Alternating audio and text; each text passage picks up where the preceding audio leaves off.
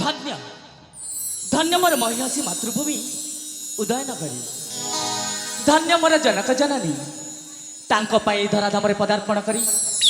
आज निजक निजे धन्य मन करुछि रूपमाया रसिका मो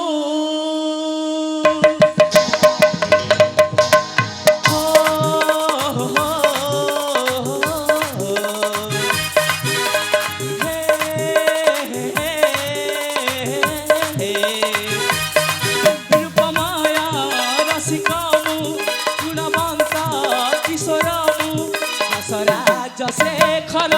कुनारी मन चोरा भर रसराज शेखर युवती मन चोरा भर रूपमय रसिकमु गुणवंत किशोरमु रसराज शेखर कुनारी मन चोरा भर रसराज शेखर युवती मन चोरा भर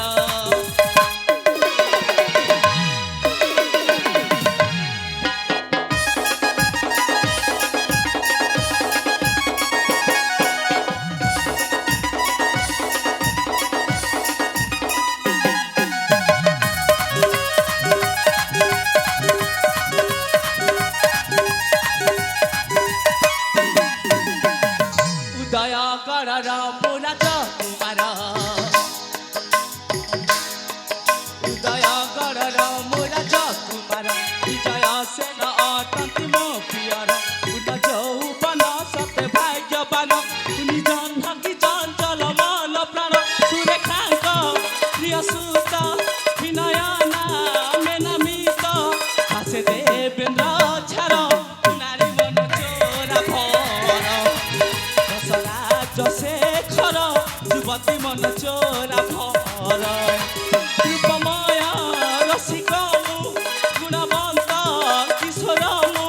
रसराज शेखर नारी मन चोरा भर रसराज शेखर युवती मन चोरा भर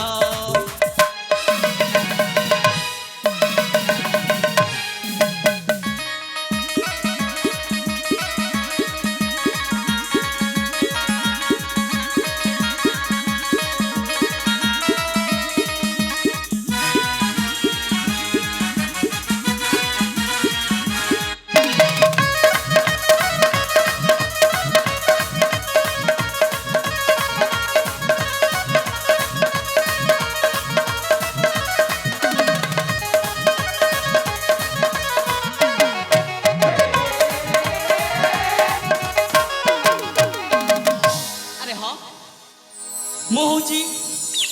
उदयनगर राजा विजयसेन कनिष्ठ पुत्र नाम मोर विनय